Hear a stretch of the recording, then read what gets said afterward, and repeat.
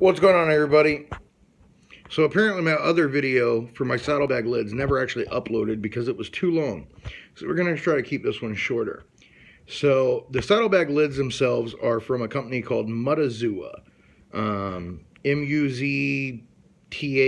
or something like that. They sell a lot of their stuff on eBay and Craigslist. And, obviously buying something like that, especially on the cheaper end, considering these saddlebag lids were only $200. I actually believe they were like 160 something after shipping and everything. And they come pre-painted vivid black. So I was worried about quality. I don't show my bike. My bike is to be ridden. I've had the bike 3 months now. I've put a little over 4,000 miles on it. So I don't do shows or anything like that. About the closest thing to a show this thing gets is out in front of a bar with people walking by it. So just going to do a quick little review. I'm going to try to keep this quick and simple so it'll upload this time. But for those of you that don't know, I have a 2011 Harley Road King. The Road King has no audio on it. So it's not like one of the street glides or road glides where you have a source unit for sound. So what I did is I ordered the Kenwood amplifier. I believe it's the KAC 1824 BT.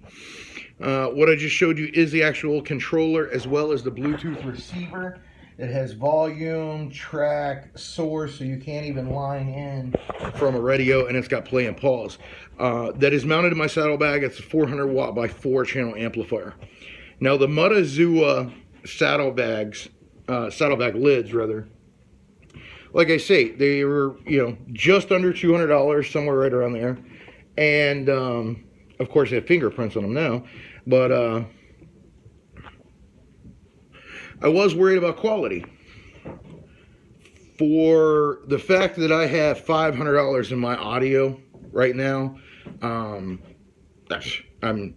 super excited, super happy with what I have. So I'll show you a picture here. That's the saddlebag lid. I'm running the Polk DB 6x9s. They are marine certified.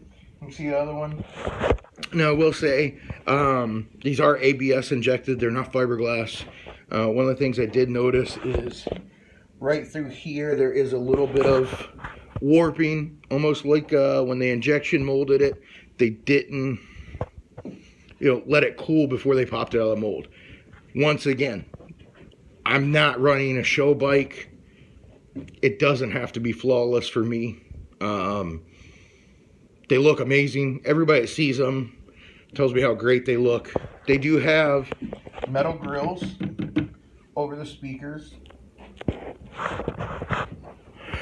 And they do come with lid retainers, which I wasn't really prepared for because it actually tells you on their website that the factory lid retainers no longer work and you will have to create your own system, which was not the case. Now, whether that's a difference in production lines, I don't know. But once again, I was extremely, extremely happy. I'll lay it down right there. I'll open up this lid. That right there's my amplifier. Really simple. You can see the backside of everything. Speakers, whole 9 yards. Now, what I did come to a conclusion of is that running the wires, I did tape all my wires and everything up, but they still do kind of flop around. So I did some research, and because the factory Harley bags are ABS, I can actually go to a local plastic store and buy an ABS PVC cement. So what I'm going to do is I'm actually going to take 1/2-inch PVC tubing, and I'll heat it up with my heat gun, put my bins in it so it fits in the bag the way I want it, run my wire through it, and then I'm going to place it in the bag and actually glue it to the bag. So the wires actually have a specific place. So as I'm throwing stuff in and out of my saddlebag, I don't have to worry about my wires getting caught. stuff like that. I haven't done that yet. I will do that in the future. The one downside I did find to the bags is their mold is a little different than Harley's. And what I mean by that is on the Harley saddlebag lids, on the back side where your retainer is for your actual saddlebag latch screws, that retainer on the factory lid is inset into the plastic. And it's inset just enough that the screws will grab, the factory Harley screws.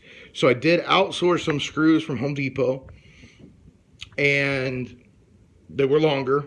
I did have to put them in, and then I did have to take my pneumatic angle grinder and very slowly grind the heads off. I didn't want to put too much heat into the screw since it was going through a plastic part, so that is something you're going to want to keep in mind. But other than that, I mean, it's straightforward, on, off. Very, very happy with the look that I have. The sound is extremely, extremely good. My next plan is to do lowers, the lower fairings, lower vented fairings with the 6.5s, and use the other 2 channels. I ordered ape hangers and an installation kit. That's my next project.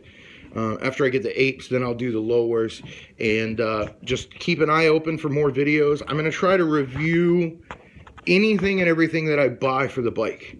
I tend to be more budget conscious than most. It's just like my audio. I could have essentially got the same setup that I had now, using Harley parts for about $1,800. That's seems crazy to me to spend that much money. I'm literally in this whole setup just shy of $500. So if you have any questions, comment. I'll try to answer any questions you have. Fitment was really good. Really happy with fitment. I still don't have saddlebag seals yet. I have some on order from the local Harley store. Still waiting. So, but for right now, I mean, I'm extremely happy with what I've got. They sound great. 75, 80 miles an hour, I can still hear the music.